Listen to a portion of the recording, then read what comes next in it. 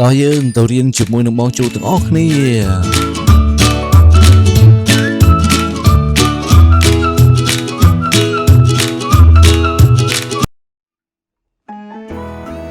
អក្សរខូអក្សរខូសារគីកូនបាទអក្សរខូគឺសត្វឃ្មុំកំពុងតែនៅក្នុងព្រៃសត្វឃ្មុំកំពុងតែក្រៀបលំអងផ្កាអញ្ចឹងកូនស្គាល់អក្សរខូទេតោះអញ្ចឹងអក្សរនេះគឺអក្សរខូសួស្តីកូនទាំងអស់គ្នាឥឡូវនេះយើងមកជួបជាមួយនឹងបងជ្រូកទៀតហើយបងជ្រូកនឹងនាំកូនទៅរៀនសរសេរអក្សរខូតាមចលនាទាំងអស់គ្នាអញ្ចឹងយើងចាប់ផ្ដើមទាំងអស់គ្នាណាអញ្ចឹងកូនមើលអក្សរខូយើងទាំងអស់គឺមាន8ចលនាអញ្ចឹងមានចលនាទី1ចលនាទី2ចលនាទី3ចលនាទី4ចលនាទី5បន្តមកទៀតគឺចលនាទី6ចលនាទី7និងចុងក្រោយគឺចលនាទី8អញ្ចឹង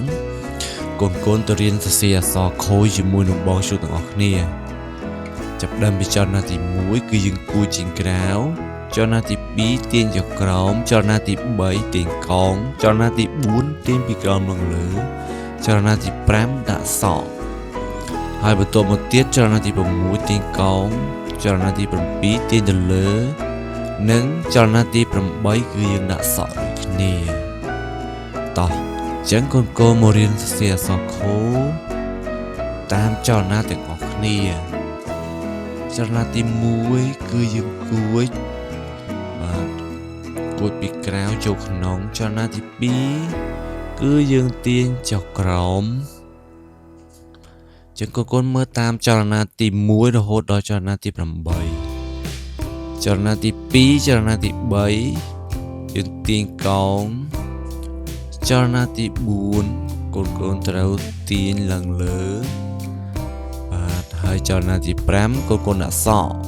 ចឹងកូនដាក់សក់ទាំងអស់គ្នាមកអក្សរខូចលនាទី6ចឹងកូនមើលចលនាទី6យើងទាញកោងចលនាទី7ទាញពីក្រោមឡើងទៅលើបាទចូលដល់ចុងក្រោយគឺចលនាទី8គឺកូនត្រូវដាក់សក់អញ្ចឹងអក្សរខូយើងគឺមានទាំងអស់8ចលនាអញ្ចឹងកូនមើលទៅតាមចលនានីមួយៗរបស់គ្នាតោះអញ្ចឹងបងជ្រូកជ្រើសរើស color ដើម្បីផាត់ពណ៌គឺពណ៌លឿងកូននៅផ្ទះត្រូវមាន color ទៀនមាន fert សម្រាប់សរសេរអក្សរខូអញ្ចឹងកូនចាប់ផ្ដើមផាត់ពណ៌ជាមួយនឹងបងជ្រូកទាំងអស់គ្នាចាំបងជ្រូកចាប់ផ្ដើមផាត់ពណ៌ហើយគឺផាត់តាមចលនាទី1ហើយផាត់តាមចលនាទី2បន្ទាប់មកទៀតគឺចលនាទី3ចលនាទី3ហើយចលនាទីម៉ានកូនបាទចលនាទី3ហើយគឺចលនាទី4បន្ទាប់ពីចលនាទី4ហើយគឺយើងដាក់សក់នៅចលនាទីម៉ានកូនបាទគឺចលនាទី5ទី1ទី2ទី3ទី4ទី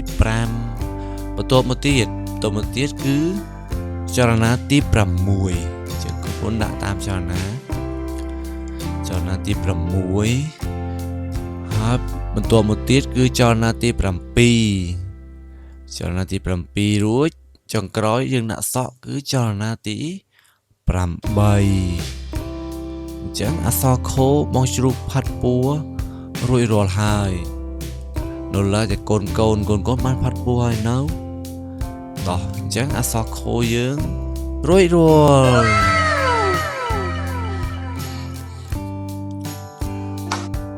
តមកទៀតកូនត្រូវមានដីឥដ្ឋសម្រាប់បង្កើតជាអក្សរខូអញ្ចឹងនៅផ្ទះមានដីឥដ្ឋទេកូនបើនៅផ្ទះមានដីឥដ្ឋកូនយកដីឥដ្ឋមក លុញវាឲ្យមូលវែងហើយយើងបង្កើតជាអក្សរខមើលទៅតាមចលនាដែលបងជ្រូកបានដាក់ឲ្យអញ្ចឹងបងជ្រូកបានធ្វើដីឥដ្ឋទៅជាអក្សរខអញ្ចឹងកូនកុំភ្លេចធ្វើអក្សរខទាំងអស់គ្នាឲ្យបានស្អាតអញ្ចឹងបងជ្រូកបានធ្វើរួចរាល់ហើយអក្សរខអញ្ចឹងអក្សរខគឺសត្វឃ្មុំខឃ្មុំបងជ្រូកមានប៉ុណ្្នឹងឯងអញ្ចឹងចាំជួបគ្នានៅវីដេអូក្រោយបាយបាយកូនទាំងអស់គ្នា